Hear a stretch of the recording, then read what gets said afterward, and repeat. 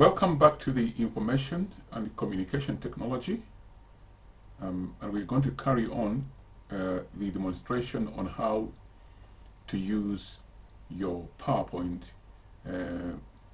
software. Last time we actually began looking at how you can use the menus and the tools and getting things together. So today I want us to continue just that from that point. And what we're going to do is very straightforward, which I will let us carry on. Let's pick up on the objectives. We have already looked at how we created the slide you can see in front of yourself, and we went through a number of ways how to type in the title, as you can see it over there.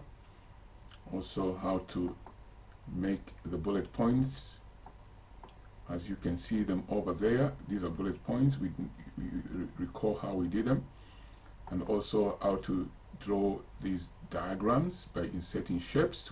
You use the insert shape there, and we created this pattern. And also we went to the next slide, how we created the arrows and how we filled in the colors. And I hope that you remember how to do that. For filling in colors, you can click on there, and then you choose from the menus. Or if you don't want to choose any of these styles, you can actually go to the shape fill.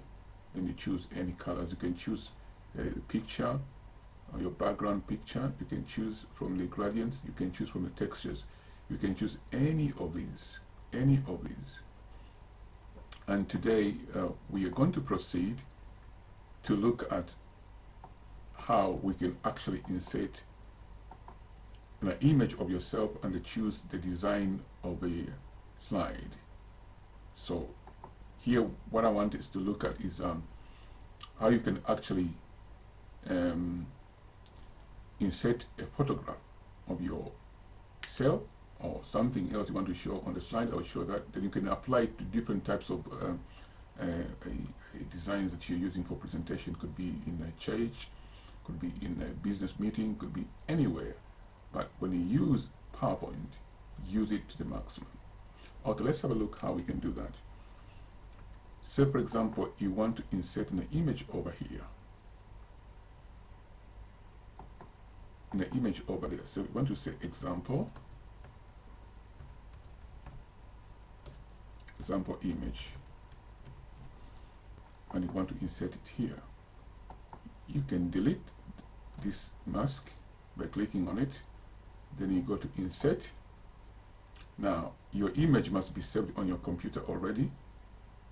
You can choose insert picture. You click on that. Let's have a look. I'll probably pick up my own photograph there. I see the image. I pick up that. I insert that image. This is a magazine in which I was featured in the United Kingdom. So I insert that image over there in the PowerPoint. Now if I want to resize it, all I do is simple, hold on the corner there and resize it. That's resizing it, because I want it to fit in on the page. So that image has been inserted again by the corner, resize it. Why we hold by the corner is to make sure the image is resized proportionately. Are you with me? Proportionately. There you go. And then you just use the arrows to make it central. So there you have now inserted an image. Now, this image is at the forefront. It is actually at the forefront, as you can see. It's at the forefront. Now, there are times that we actually want to make the image as a background mask or watermark. How would you do this? And I'll show you how easy that is to do. So let's have a look. We're going to insert this image as a watermark. As a watermark, it's going to be a background image, in short. Okay, I'll click on there, press enter. So I will now right click, and I will I hope it works. Sometimes when you're doing things live, they just mess you up. But I trust that it's going to work. Right click. Let's say format background. Here we go. Good. So we come to where it says picture. Click on the picture there. Can you see that? Picture there. Now because somebody chose a texture there, then you can now go insert from file. Click on picture or text view, insert from file, you go to the file. So remember, your picture must be on the system already. And again, I'll use the same picture, there it is. I'll click on it, and I'll click on insert. So that picture is in the background. Can you see that now? Now, so the picture is now in the background. If I want to apply this picture to all the slides, I have to click apply. But at this time, I don't want to just do apply just yet. I have to examine. If you look at the image there, it is still looking at the foreground. When you do arrangement, you want it to look far back, or you want to make it look like a watermark, because the picture is not the fundamental presentation aspect. It's just for decorations, cosmetics. So I want it to become the watermark. Now let's see how we do that. To do that, I come over here, transparency, I adjust, look, as I move the transparency there, percentage, the picture is becoming fainter and fainter, becoming a real watermark. So it becomes a very fine background so that it doesn't interfere with the events that you put in front of your presentation. Okay, let's leave it there. Okay, 90% transparency, which means they can only see 10% of the image, and not as maybe let's put over there. You can also put a logo if you want there. And if I'm happy with that 90%, I can now say apply to all. Then I close. That way, you see, if we go back to the top of the PowerPoint, let's click on it. Let's see how well it fits in with the presentation. Can you see on the background, you can see my face and all those words. They're not interfering in the foreground. This is how we can beautify your presentations. Now let's have a look at the slideshow. Because just to say something here, the idea of beautifying your presentation is to get your audience engaged. People like looking at good things cosmetically. Your information might be all right, but if your presentation is a little bit not up to standard, people switch off. So one of the art of getting your audience engaged is to make sure that your presentation is cute, is up to standard, even exceeding what professional standards may think they are. So let's have a look now how this work interferes in your actual presentation. Then we can do a review. You click on the slideshow, then click on from beginning. Watch that. How beautiful is your presentation? I think it looks cute because it's not interfering between these words in front and the background. Now let's have a look at next slide.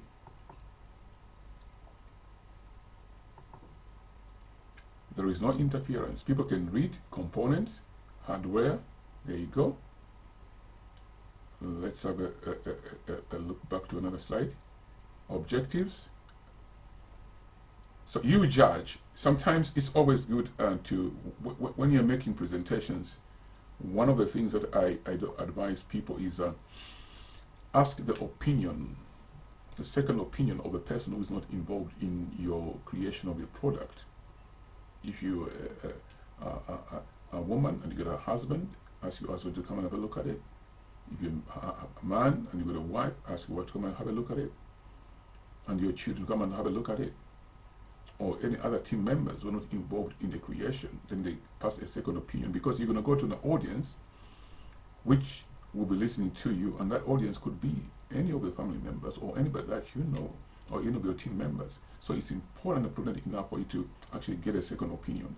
So let's have a look at how we can proceed with this. Are you happy with that? I think I like it. It's not interfering, it's not so much imposing, it still leaves room for the actual text to be seen. Now I press escape to get out of that. So if you're happy with that, another way you can now, instead of putting a logo, a picture there, you can right click on any slide, or if you just want to maybe particularize one slide, let's say for example here on this slide, you click on the last one,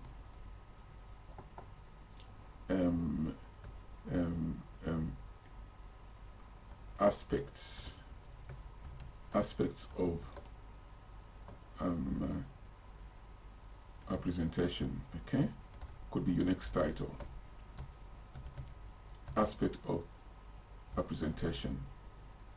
If that's your title, and you want this slide alone to have a different background, you can also go to Format, right click, obtain this image, Format Background. Now you're going to go and look for another image, let's say a logo. Okay, I'll go and use that logo, RTG, insert. Now, can you see the logo background there? It's let's just go for the 100% in the meantime so you can see it clearly. It's not fitting very well on the page. Now, if you wanted to adjust it, you can actually now begin to do with these percentages. Can you see as I do that, it's moving? So you can choose where you want it to go by moving the percentages. You're moving the logo up.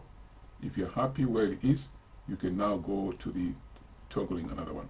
Can you see that? All this, it's helping you to reposition. On the left here, you can see how it's repositioning. Now, if you're happy that that's what you want to see, can you see? You can see RTG there. And if you want to do now, let's adjust the left by percentage. Can you see you want to move it forward in the middle? You just press an arrow up. On the right, it's creating a margin over here. If you want to move it on the left margin, you compress it, it's creating a margin on the left here. And if you want now, as a matter of fact, to see how it looks, you won't say apply to all pages. You can simply say close. Then it stays on there. So you have on the other pages another background, on the second page another background. Are you with me? Now, because it's not a watermark, it will be interfering with the actual title. Now, to be able to avoid that, what you do, you go back, right click once again. As I told you before, you begin to adjust the transparency. Then watch it dwindle down, dwindle down. You bring it to a place where it's now no longer interfering but contrasting with the title. If you say close and you're happy, they can see that there's no interference. Now, one point to mention here, why we use logos or certain backgrounds in our presentation is simply to create that brand, to have an impression in the minds of people of what we're talking about. Once they go, if they do forget what you said, but they can remember the brand, and they can connect the brand to yourself, and they might recall peradventure of what you're all about. They might even follow it up to the website or whatever point that you give them to go and find better information. So our key point is to make our presentation cute. Okay? Now, let me give you another tip on how you can actually present these backgrounds. Right click once again, Format Background. Now, you can present this background as a tile. Click on there. Once you click on there, can you see now it's tiled? If I close, I can see a tile of logos there. And if I go to the slideshow, I can now go from current slide rather than from beginning. Okay, you click on it. Can you see the tiles of logos there? Can you see? Beautiful, beautiful. So you can actually, with this kind of knowledge I'm giving you here, you can actually, instead of copying the design templates which are already in PowerPoint presentation, you can create your own customized designs, which now bring your own quality of expression from within you. rather than depending on other people's. But if you want to do an express work, a quick work, where you don't mind what color comes out, you can go and choose the designs. Now I'm going to show you those designs.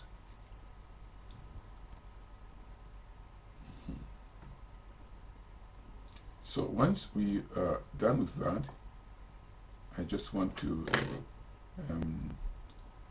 very quickly go back to the PowerPoint presentation and close the materials and be able to help you further. Let's go there. There you go. Now that you have learned how to create the backgrounds, now peradventure you want to choose the designs, then I'll come and show you the animations. Let's go out, choose the designs. Sometimes good to do the designs first before you actually go to it's better to complete your actual PowerPoint presentation, all the wordings, put everything inside there, then begin to play with designs so that you don't interfere with your actual flow of information.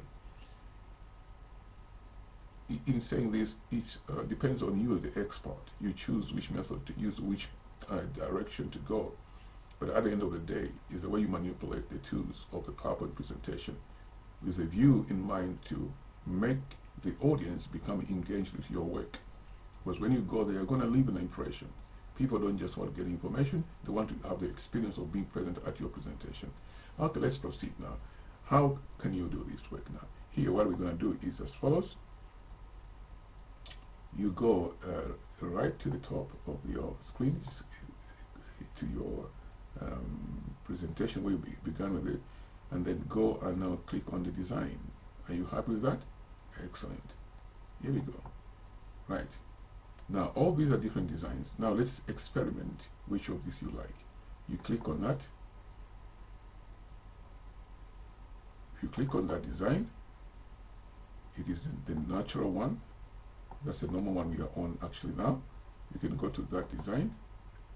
Let us see.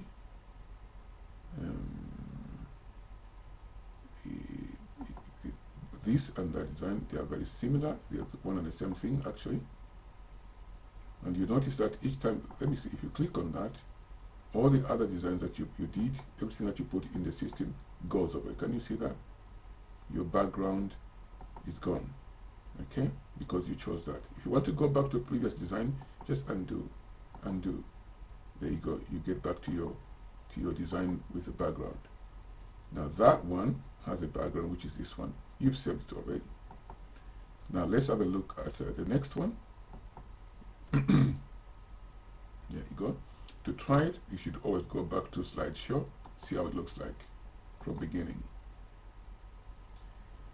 If you're happy with what you see, you can keep it. Can you see now? Can you see? You scroll back, can you see? Yeah, because that's the background on that slide. It still remains part of the background. Okay, escape. Again, you go back, you choose. You try out all of them. It's better to do the slideshow. Once you click on the design, go to the slideshow and try how it looks like. And ask yourself, how would the audience think about that? The guys who design these slides sometimes they have their own minds. How would the audience? This is a title here component. Do you like your design to have a title component there? Is it not interfering with that? So you may have to switch over. There you go. Things are interfering. There you go. So in short, you go and test out every single design. Let's try this one. Would you be happy to see something like that? Go back to slideshow. There you go. You see? There you go. Do you like this? It's interfering there, so it means you have to go and move this picture down a little bit if you end up choosing that one. You see, this design maintains your background design on the last slide. Okay. Are you happy with that? And so forth. So the choice is yours. You go and test every single one of them. There are hundreds of them, I think. Millions, maybe hundreds, maybe, I don't know. So you keep on trying. Whichever of these becomes attractive to you and your potential audience. Remember, audiences are different. The way you choose the style of your presentation depends on the audience. Young people might want something fancy. Children in the kindergarten might want something more colorful. Orange is there, yellow there, etc. Things like that. So the clue, the biggest clue for you to choose a particular design is simply to ask yourself, who is my main audience? Is it children? Is it teenagers? Is it adults? Even in these kind of target groups, what is the context? Is the presentation a heavy one, or it's a mellow one? Things like that. You got to put into consideration all those aspects. I beg your pardon, and I can pick up the answer. May I pick up that one? Hello, Olu, are you there?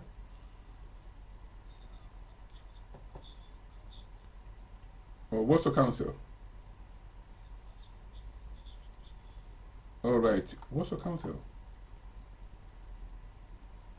What's the council? So that is how you actually now choose your designs and the reasons why. Now let's have a look at what else we can do here.